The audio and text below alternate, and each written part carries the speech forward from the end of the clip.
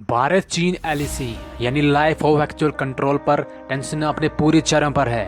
हालात ऐसे बन रहे हैं जिससे लग रहा है कि कहीं भारत और चीन के बीच 58 साल के बाद एक बार फिर जंग ना हो जाए। हालांकि जानकारों के मुताबिक ऐसे इम्कान कम ही है और बीच का कोई रास्ता निकल ही आएगा, लेकिन फिर भी अपने दुश्मन को कम आंकना अक्लमंदी नहीं कहलाती है।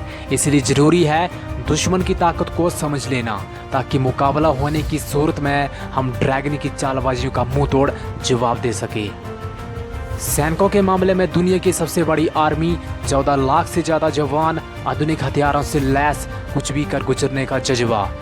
मगर मुकाबला दुनिया की सबसे बड़ी आर्मी से, करीब 21 लाख से ज़्यादा जवान, ये भी आधुनिक हथियारों से लैस, इनमें भी कुछ भी कर गुजरने का जज्बा, यानी मुकाबला कड़ा है। मगर यहाँ कुछ भी बताने से पहले हम आपको ये साफ कर देना चाहते हैं कि हमारा मकसद जंग को बढ़ावा देना कतई नहीं है। हम बस दुश्मन की ताकत और कमजोरी को बारीकी से समझने की कोशिश कर रहे हैं, क्योंकि सच्चाई से मुंह मोड़ने से सच्चाई बदल नहीं जाती, उसका सामना करना जरूरी है। चीन भले अपनी आर्मी के कसीदे पड़े न पड़े, मगर वहाँ की मीडिया दुनिया के सामने अपनी सेना को ऐसे पेश करती है जैसे वो अजय है। हालांकि हकीकत में ऐसा कतई नहीं है। कागज़ पर ड्रैगन सेना भले ही बड़ी हो, मगर ग्राउंड रियलिटी यानी सच्चाई कुछ और है। आपको बता दें कि 1962 के बाद भारत और चीन के बीच कभी आमने सामने की जंग नहीं हुई है। हालांकि इसके बाद कई बार भारतीय सैनिकों और चीनी सैनिकों के बीच मुठभेड़ जरूर हुई है, मगर जितनी भी बार भारत चीन से भिड़ा है उतनी ही बार हमारी सेना ने चीन को पीछे धकेला है। चाहे 1988 हो या 1975 या 80 के दशक के आखिरी सालों में। आपको बता दें कि बाढ़ की जंग में भी अगर थोड़ी आहतियत बरती जाती तो उसमें भी चीन मुंह की खा सकता था। चीन दरअसल आमने सामने की जंग से ज़्यादा प्रोपेगेंडा वार में यकीन रखता है, क्योंकि चीन को पता है कि भारत से भिड़ने का मतलब अपने पैरों पर कुल्हाड़ी मारने के बराबर है, क्योंकि आज भी भारत चीन के लिए सबसे बड़ा बाजार है। फिलहाल अब आते हैं भारत चीन की तुलना पर। कागज़ पर बात करें तो यकीनन भारत चीन के मुकाबले थोड़ा कम जरूर है, क्योंकि चीन का बजट पिछले 5 साल से लगातार बढ़ा है। अब आते हैं दोनों मुल्कों की सैन्य ताकत पर, लेकिन उससे पहले ये जान लीजिए कि सैनिकों के हथियारों के नंबर अलग अलग हो सकते हैं, क्योंकि कोई भी देश अपने हथियारों की आंकड़े जारी नहीं करता। जवानों की संख्या को छोड़कर बाकी आंकड़े कलम पर ही होते हैं।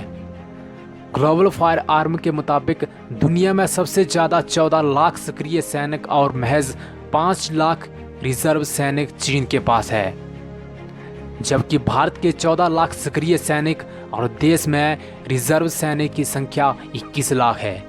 यानी कुल मिलिट्री स्ट्रेंथ की बात करें तो भारत के पास 34 लाख जबकि चीन के पास 27 लाख है। यानी ड्रैगन की सेना से 7 लाख ज़्यादा सैनिक हमारे पास है। टैंक की बात करें तो भारत के पास 4292 टैंक है, जबकि चीन के पास 3400 टैंक है। भारत के पास 8600 बख्तरबंद गाड़ियां हैं, जबकि चीन के पास 33,000 है। तोपों की बात करें तो भारत के पास 5060 है, जबकि चीन के पास 9726 तोपें हैं। भारत के पास 290 सेल्फ प्रोपेल्ड आर्टिलरी है, जबकि चीन के पास 1710 है। रॉकेट आर्टिलरी की बात करें तो भारत के पास सिर्फ 266 है, जबकि चीन के पास 2650 है। भारत के पास कुल 2141 जंगी जहाज है, वहीं चीन के पास ये तादाद 3444 है, जिसमें फाइटर एयरक्राफ्ट, मिलिट्रोल एयरक्राफ्ट, अटैक एयरक्राफ्ट और हेलीकॉप्टर शामिल है। नेवी की बात करें तो कुछ फैक्ट्स पर ध्यान देना जरूरी है। सबसे पहला ये कि लद्दाख के जिस गलवान ब्रिज में ये दोनों सेनाएं आमने सामने हैं, वे एरिया जंग के लिए बेहद मुश्किल है। पहाड़ी इलाका होने पर वहाँ पर फ़िलहाल रोड नहीं है, इसलिए यहाँ ट्रांसपोर्टेशन मुश्किल है। कुदरती बाधाएं चीन को भी उलझने से बाहर रोक रही है। इसके अलावा जो चीन को पीछे धकेल सकती है वो है जंग का तजुर्बा, क्योंकि चीन ने भी अपनी आखिरी जंग 1979 में लड़ी थी, यानी 40 साल पहले। मगर उसके बाद कभी किसी से उसका आमना सामना नहीं हुआ है। मगर भारत इस बीच कई जंग लड़ चुका है और जीत भी चुका है। हमने 1999 में कारगिल जैसी मुश्किल आखिरी जंग लड़ी, यानी हमने 20 साल पहले ही आखिरी जंग लड़ी है। चीन को सिर्फ यहाँ नुकसान नहीं बल्कि भारत से बढ़ने का मतलब है चीन आर्थिक तौर पर टूट जाएगा, क्योंकि भारत के साथ उसके अरबों खरबों के व्यापारिक समझौते हैं जिन्हें एक एक करके भारत ने ख़त्म करना शुरू कर दिया है। दूसरी मुश्किल ये है कि कुछ देशों को छोड़कर दुनिया के कई बड़े देश कोरोना के मामले में चीन के खिलाफ पहले से ही गुस्से से भरे हुए हैं, जिनमें अमेरिका और यूरोपियन देशों के अलावा ऑस्ट्रेलिया भी शामिल है। यानी अगर ये लोग भारत के साथ आ गए तो चीनियों को लेने के देने पड़ सकते हैं।